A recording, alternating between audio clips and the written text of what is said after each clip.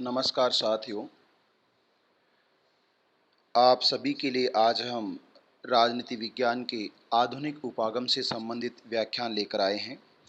राजनीति विज्ञान के अर्थ, प्रकृति, विशेष क्षेत्र और दृष्टिकोण के संदर्भ में अनेक उपागम रहे हैं। इनमें से परंपरागत उपागम का अध्ययन हमने किया, परंपरागत उपागम की विशेषताओं का अध्ययन किया, उसके अर्थ और प्रकृति को समझा। अब हमें राजनीति विज्ञान के उस उपागम को समझना होगा जिसने राजनीति विज्ञान में एक क्रांति और एक लहर उत्पन्न कर दी, या हम ये कह सकते हैं कि वह राजनीति विज्ञान जो पिछले 2400 वर्षों से यूरोप महाद्वीप में केंद्रित बना हुआ था, या जिसका अध्ययन विषय का केंद्र यूरोप महाद्वीप में बना हुआ था, वह यूरोप से शिफ्ट होकर संयुक्त राज्य अमेरिका में चला गया। और सरल शब्दों में कहें तो यूरोप का राजनीति विज्ञान अब अमेरिका का राजनीति विज्ञान बन गया।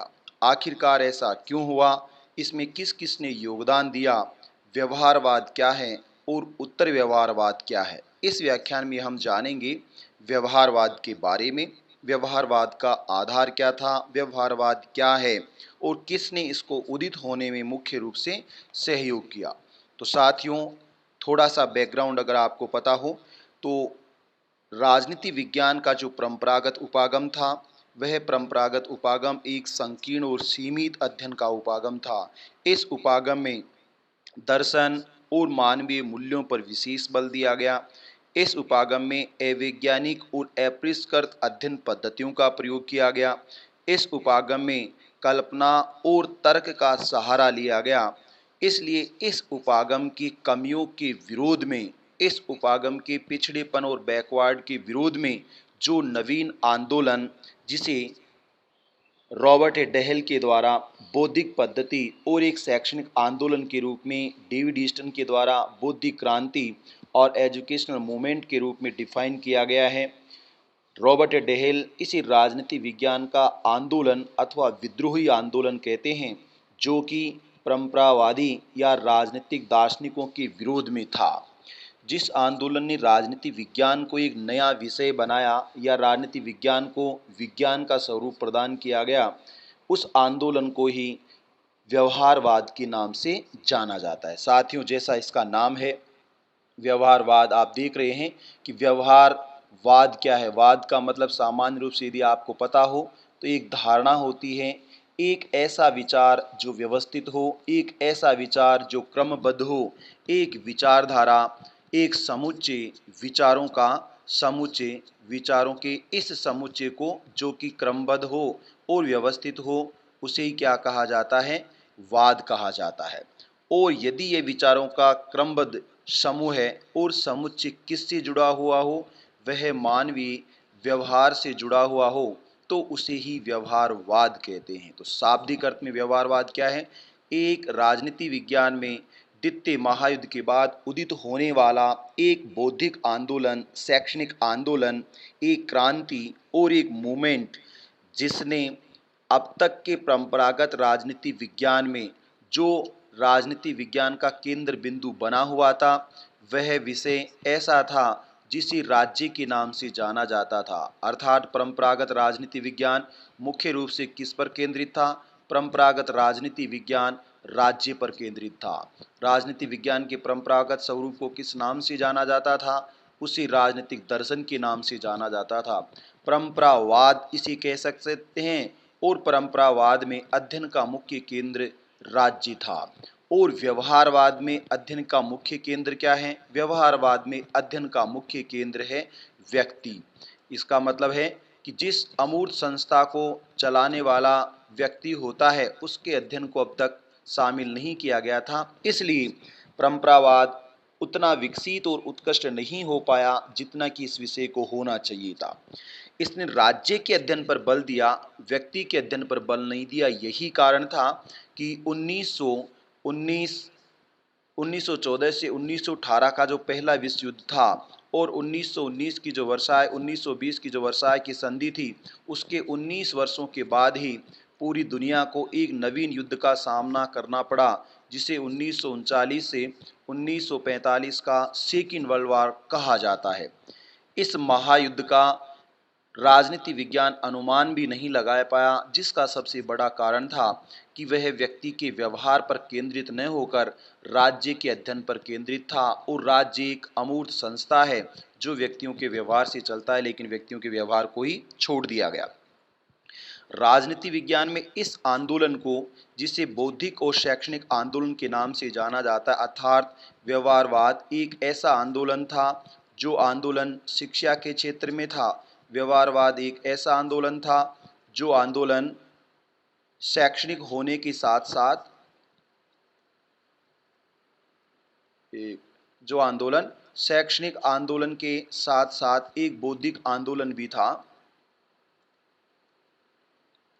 इसका मतलब है डेविड ईस्टन ने इसे एक शैक्षणिक आंदोलन कहा है और डेविड ईस्टन ने इसे एक बौद्धिक आंदोलन के नाम से पुकारा है। ऐसा आंदोलन जो शिक्षा के माध्यम से लाया जा रहा था और एक ऐसा आंदोलन जो नवीन तकनीकों के माध्यम से लाया जा रहा था, वह आंदोलन व्यवहारवाद था।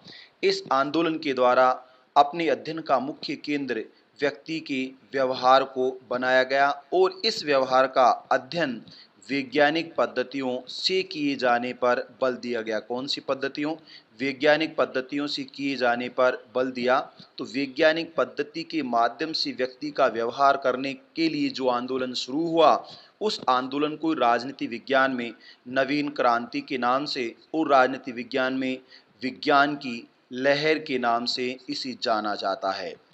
साथियों, परंपरावाद को दार्शनिक लहर कहा जाता है और आधुनिकवाद को विज्ञान की लहर कहा जाता है। इस लहर को विकसित करने के पीछे कौन कौन लोग थे जिन्होंने महत्वपूर्ण सहयोग प्रदान किया?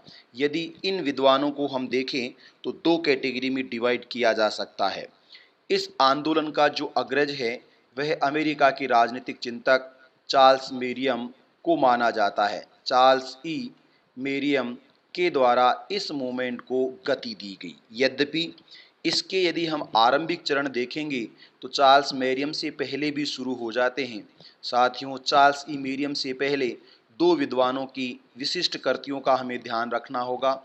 इनमें पहला विद्वान है ग्राहम वालास। ग्राहम वालास के द्वारा मानव की राजनीतिक प्रकृति का अध्ययन करने के लिए एक पुस्तक की रचना की गई जिसे ह्यूमन नेचर इन पॉलिटिक्स के नाम से जाना जाता है। क्या नाम है साथियों?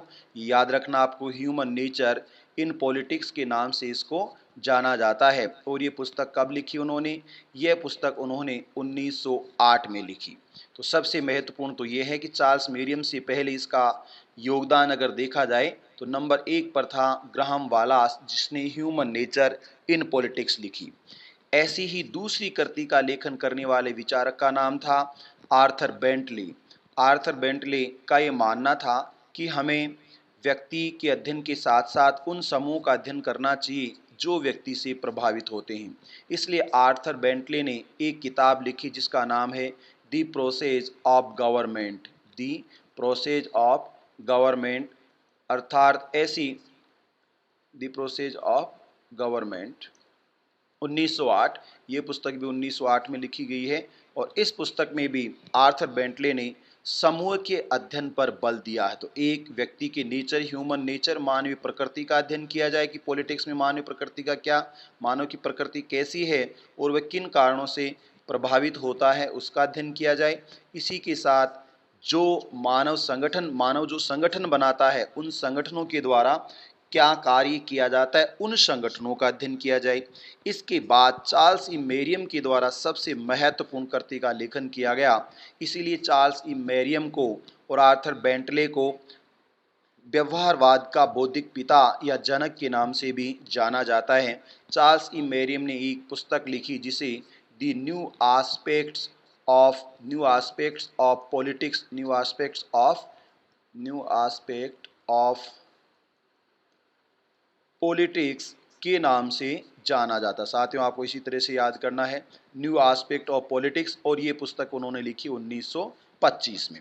चार्ल्स ई मेरियम की कृति न्यू एस्पेक्ट्स ऑफ पॉलिटिक्स एक महत्वपूर्ण कृति थी जिस कृति ने राजनीति विज्ञान में क्रांति उत्पन्न कर दी।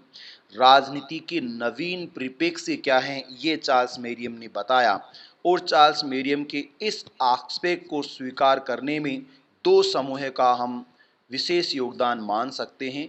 चार्ल्स ई मेरियम का एक समूह ऐसा था जिस समूह को हम चार्ल्स मेरियम की सहयोगी मान सकते हैं, और एक समूह ऐसा था जिस समूह को चार्ल्स मेरियम का हम शिष्यों के रूप में मान सकते हैं। जिन्होंने चार्ल्स ई मेरियम का सहयोग दिया उनमें डेविड एप्टर का नाम सबसे पहले आता है। डेविड एप्टर प्रमुख सहयोगी था। इसके अलावा पोवेल दूसरा सहयोगी था। इसके अलावा सबसे महत्वपूर्ण सहयोग करने वाले हेराल्ड लासवेल, साथियों, जिन्होंने who gets what when and how नामक पुस्तक लिखी 1936 में। राजनीति क्या है?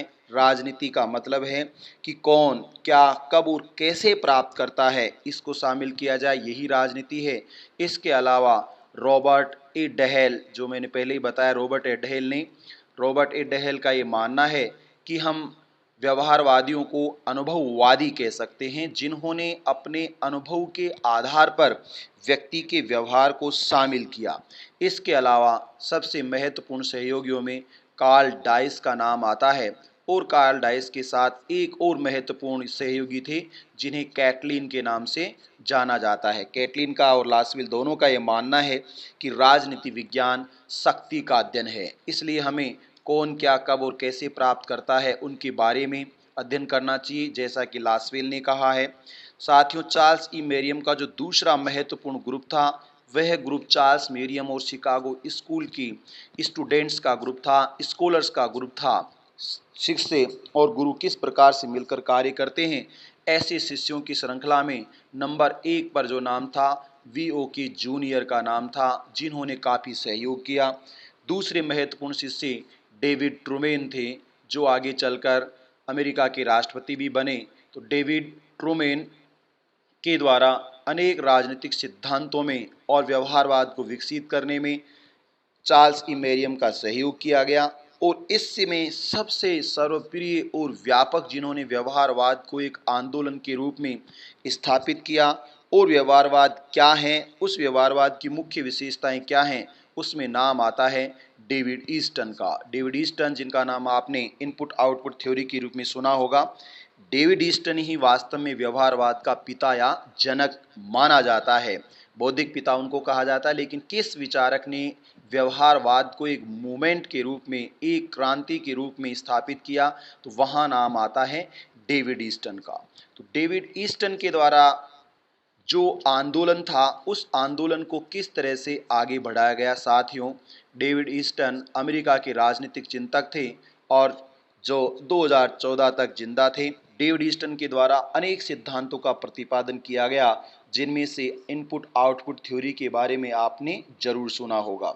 डेविड ईस्टन कहते हैं कि जो आंदोलन व्यक्ति के व्यवहार से शुरू हुआ है, वह आंदोलन एक शैक्षणिक आंदोलन माना जाना चाहिए, और जो आंदोलन व्यक्ति के व्यवहार को वैज्ञानिक पद्धतियों के आधार पर की कसौटी पर कसना चाहता है, ऐसे आंदोलन को हमें एक बौद्धिक आंदोलन और तकनीक वाला आंदोलन मानना चाहिए। डेविड ईस्टन का मानना है कि राजनीति विज्ञान को या हमारे विषय को वैसे ही विज्ञान होना चाहिए जैसे कि अन्य प्राकृतिक विज्ञान होते हैं। हालांकि इसमें वो अंतिम रूप से सफल नहीं हुए। आगे चलकर उन्होंने अपने राजनीति विज्ञान को सामाजिक विज्ञान के रूप में स्थापित करने की कोशिश की कि हम अपने अध्ययन को गति नहीं दे पाए, तो राजनीति विज्ञान को कैसा विज्ञान बनाने का समर्थन किया? प्राकृतिक विज्ञान बनाने का समर्थन किया। व्यवहारवादी आंदोलन का उदय कौन से दशक में माना जाता है? विशेष रूप से 1908 से शुरू हुआ, और 1920 की दशक, 20 और 30 के दशक को इसके आंदोलन का हम उदय का काल मान सकते हैं। चार्ल्स मेरियम ने जो न्यू एस्पेक्ट्स ऑफ पॉलिटिक्स लिखा, वह व्यवहारवाद की इस कड़ी में बहुत ही मुख्य भूमिका निभाता है। इसके अलावा जो अमेरिका की राजनीतिक संस्थाएं थी और जो ऐसे अनुसंधान को बल देने वाली संस्थाएं थी, एक अमेरिकन पॉलिटिकल साइंस एसोसिएशन ने महत्वपूर्ण भूमिका निभाई। इसी के साथ अमेरिका की सरकार ने राजनीति विज्ञान के अध्ययन को गति और दिशा प्रदान की गई। एक संस्था जिसका नाम आपने सुना होगा, फोर्ड संस्थान, जो गाड़ियां भी बनाती है, उस संस्थान के द्वारा, इसके अलावा कार्नेगी संस्थान के द्वारा, इसके अलावा रॉकफेलर, इस संस्थान के द्वारा राजनीति विज्ञान में अध्ययन को बढ़ावा देने के लिए अपार वित्तीय सहायता दी गई। बड़ी संख्या में, बड़ी मात्रा में, बड़े स्तर पर वित्तीय सपोर्ट किया गया ताकि राजनीति विज्ञान विषय को अन्य जो विषय थे विज्ञान के उनके समानांतर ले जाया जाए, क्योंकि राजनीति विज्ञान विषय से पढ़ने वालों का और शोधार्थियों का मोह भंग हो गया था। इसलिए राजनीति विज्ञान में एक बदलाव की जरूरत थी, एक क्रांति की जरूरत थी, एक अद्वितीय परिवर्तन की जरूरत थी, जिस परिवर्तन को ही E.M. किर्कपैट्रिक के शब्दों में वह व्यक्ति और समूह का अध्ययन करता है, अंत विषय उपागम का अध्ययन करता है। उसने तकनीक पर बल दिया और उसने व्यक्ति के व्यवहार को एक व्यवस्थित और वैज्ञानिक पद्धतियों के सांचे में डाला। इसलिए हमारा यह अध्ययन एक आंदोलन था, एक मूवमेंट था, जिसने द्वितीय महायुद्ध के पश्चात इस राजनीति विज्ञान में एक क्रांति और लहर उत्पन्न कर दी। तो ऐसा आंदोलन जिसका उदय 1945 के बाद प्रभावी रूप से माना जाता है, उसे ही व्यवहारवादी आंदोलन कहते हैं। अब इस व्यवहारवाद की विशेषताएं क्या थी, या व्यवहारवाद वास्तव में क्या था, जिस व्यवहारवाद का हम जिक्र कर रहे हैं, उस व्यवहारवाद के बारे में क्या उल्लेख है और क्या आधार हैं। तो इस संदर्भ में 1945 का जो काल है हमने क्यों तय किया है, क्योंकि व्यवहारवाद के वास्तविक जनक और जो पिता हैं वे किसको माना जाता है, डेविड ईस्टन को माना जाता है। डेविड ईस्टन के द्वारा जो कृति लिखी और व्यवहारवाद को डिफाइन किया गया वह 1945 की अवधि में किया गया। 1945 के वर्ष में डेविड ईस्टन के द्वारा एक महत्वपूर्ण आलेख लिखा गया और इस आलेख का नाम था the current meaning of behaviouralism. इसका मतलब है the current meaning of behaviouralism, व्यवहारवाद का समसामयिक अर्थ क्या है। तो यहाँ डेविड ईस्टन ने व्यवहारवाद को डिफाइन किया और ये बताया। तो व्यवहारवादी आंदोलन स्थापित कब हुआ, 1945। 1945 से पूर्व के आंदोलन को परंपरावाद या traditional approach of political science कहा जाता है और इसके बाद 1970 के दशक से पहले तक के आंदोलन को बिहेवियरलिज्म या व्यवहारवादी आंदोलन के नाम से जाना जाता है। साथियों, डेविड ईस्टन ने अपने इस आलेख में व्यवहारवाद की 8 महत्वपूर्ण विशेषताएं बताई। कितनी महत्वपूर्ण विशेषताएं बताई, 8 महत्वपूर्ण विशेषताएं बताई, जिन्हें डेविड ईस्टन ने कहा कि ये 8 विशेषताएं ही हैं जिनके आधार पर व्यवहारवाद का जन्म हुआ है। इसलिए इन 8 विशेषताओं को हम बौद्धिक आधारशिला, व्यवहारवाद की बौद्धिक आधारशिला के नाम से पुकार सकते हैं। तो आधारशिला जिनके ऊपर ही व्यवहारवाद स्थापित हुआ है या व्यवहारवाद टिका हुआ है। तो ये 8 विशेषताएं कौन सी हैं, आइए इन 8 विशेषताओं के बारे में हम विस्तार से चर्चा करते हैं। डेविड ईस्टन के अनुसार व्यवहारवादी आंदोलन 8 विशेषताओं पर केंद्रित है और इन 8 विशेषताओं में पहली विशेषता है साथियों नियमितताएं। इसका मतलब है डेविड ईस्टन यहाँ ये कहना चाह रहे हैं कि मानवीय व्यवहार में हमें सबसे पहले क्या खोजनी होंगी, नियमितताएं खोजनी होंगी। मानवीय व्यवहार ऐसा व्यवहार जिसमें बार बार घटनाक्रम होते हैं और जिसे हम बार बार देख सकते हैं, ऐसे व्यवहार जिसमें समानताएं और असमानताएं खोजी जा सकती हैं, उसे नियमितताएं कहते हैं। तो इसलिए हमें मानवीय व्यवहार में रेगुलरिटीज़ को खोजना होगा, नियमितताओं को खोजना होगा, ताकि हम राजनीति विज्ञान को प्राकृतिक विज्ञान बना सकें। साथियों, दूसरी महत्वपूर्ण विशेषता उन्होंने बताई सत्यापन। जिस व्यवहार का हम बार बार नियमितताएं देख रहे हैं, उस व्यवहार को ऐसा व्यवहार हमें शामिल करना चाहिए जिस व्यवहार का हम प्राकृतिक विज्ञान की तरह क्या कर सकें, सत्यापन कर सकें। ऐसे ही व्यवहार को हमें शामिल करना होगा, तभी हम राजनीति विज्ञान को एक प्राकृतिक विज्ञान बना पाएंगे। तो सत्यापन करने के लिए सर्वेक्षण है, परीक्षण पद्धति हो सकती है।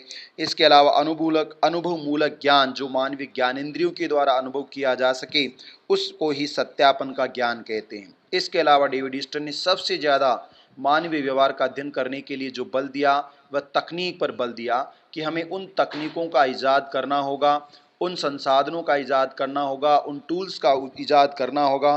कंप्यूटर, स्टैटिक्स, डाटा एनालिसिस, समाकलन, अवकलन और गणितीय पद्धतियों का प्रयोग करना होगा, जिन तकनीकों के माध्यम से हम मानवीय व्यवहार को प्राकृतिक विज्ञान की तरह अध्ययन कर सकें और भविष्यवाणी कर सकें। साथियों, चौथी महत्वपूर्ण विशेषता उन्होंने प्रमाणीकरण बताई। इसका मतलब है कि जो संग्रहित सामग्री है उसका मेजरमेंट किया जा सके, न केवल हम मात्रात्मक मापन करेंगे अपितु गुणात्मक मापन भी करना चाहिए। हमें प्रमाणीकरण, अपने शोध को प्रमाणीकृत करने के लिए और उसमें प्रमाण को बढ़ाने के लिए अनुसंधान को आगे बढ़ाना होगा। हमें हमारे विषय में प्राकृतिक विज्ञान की तरह विशेष सामग्री को शामिल करना होगा। उस विज्ञान के पैटर्न के आधार पर हमें मानवीय व्यवहार का अध्ययन करना होगा। साथियों, पांचवी जो महत्वपूर्ण विशेषता डेविड ईस्टन के द्वारा बताई गई वह सबसे इम्पोर्टेंट विशेषता है, जिसने परंपरावाद से इस मूल्य को अथवा इस आंदोलन को अलग कर दिया, और वह है मानवीय जीवन से जुड़े हुए मूल्यों के प्रति, राजनीतिक मूल्यों के प्रति, आदर्श के प्रति मानवीय निरपेक्षता, या जिसे मूल्य निरपेक्षता के नाम से जाना जाता है। परंपरावाद मूल्य सापेक्ष अध्ययन था, जहां प्लेटो के आदर्श राज्य के चिंतन से लेकर मार्क्स के वैज्ञानिक समाजवाद के चिंतन तक, हीगल के विश्वात्मा तक और ग्रीन की शाश्वत चेतना तक को हमने शामिल किया है। वह केवल और केवल मूल्य सापेक्ष अध्ययन था। परंतु डेविड ईस्टन ने कहा, हमें यहाँ नैतिकता, मानपरक, क्या होना चाहिए, इन सब का त्याग करना होगा और हमें मानवीय मूल्यों से परे राजनीति विज्ञान में व्यक्ति के व्यवहार के अध्ययन को शामिल करना होगा। यदि हम मानवीय मूल्यों से जुड़े रहेंगे तो हम अपने अध्ययन को वैज्ञानिक अध्ययन नहीं बना सकते हैं। इसलिए हमें वैल्यू निरपेक्ष अध्ययन करना होगा, तभी हम अपने इस विज्ञान को प्राकृतिक विज्ञान बना सकते हैं।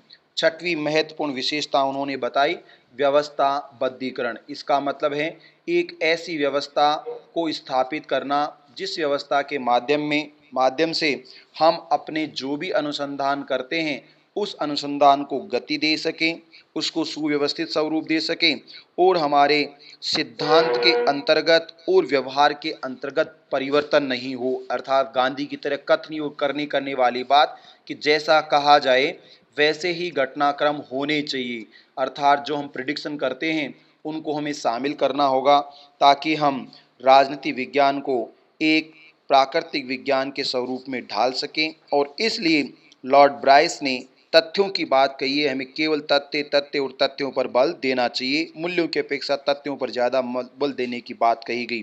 सातवीं सबसे महत्वपूर्ण विशेषता थी, वास्तव में यह विशेषता ही उत्तर व्यवहारवादी आंदोलन को स्थापित करती है। उसकी विशेषता विशुद्ध विज्ञान, अर्थात राजनीति विज्ञान जो जिसकी प्रकृति परंपरावाद के अंतर्गत एक सामाजिक विज्ञान की प्रकृति रही है, उस प्रकृति को एक प्राकृतिक विज्ञान के रूप में स्थापित किया जाए।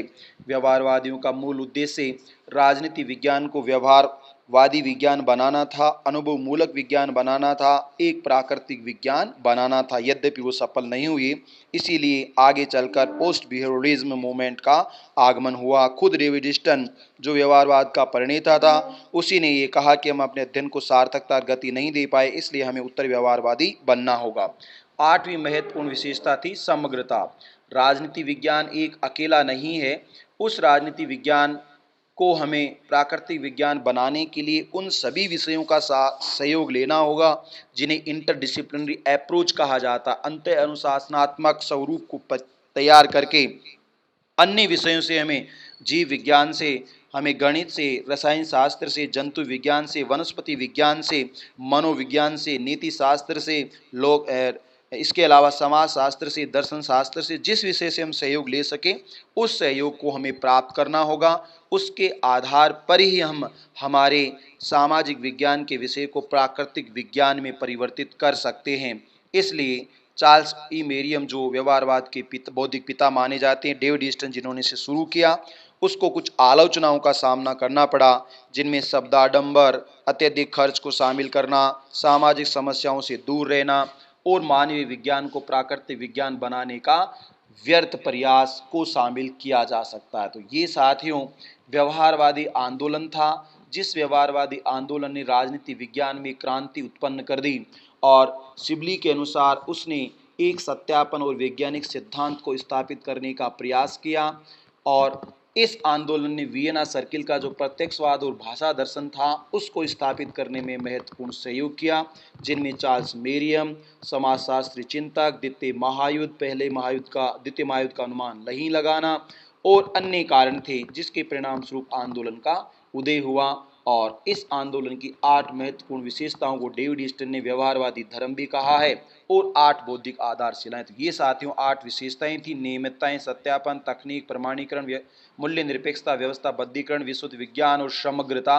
जिन विशेषताओं के आधार पर हम व्यवहारवाद के अर्थ और स्वरूप, प्रकृति और क्षेत्र को समझ सकते हैं कि वह किस स्तर तक राजनीति विज्ञान को एक नवीन स्वरूप देने के लिए प्रयास कर रहा था। आप सभी का इस व्याख्यान को देखने और सुनने के लिए बहुत बहुत धन्यवाद। Thank you so much.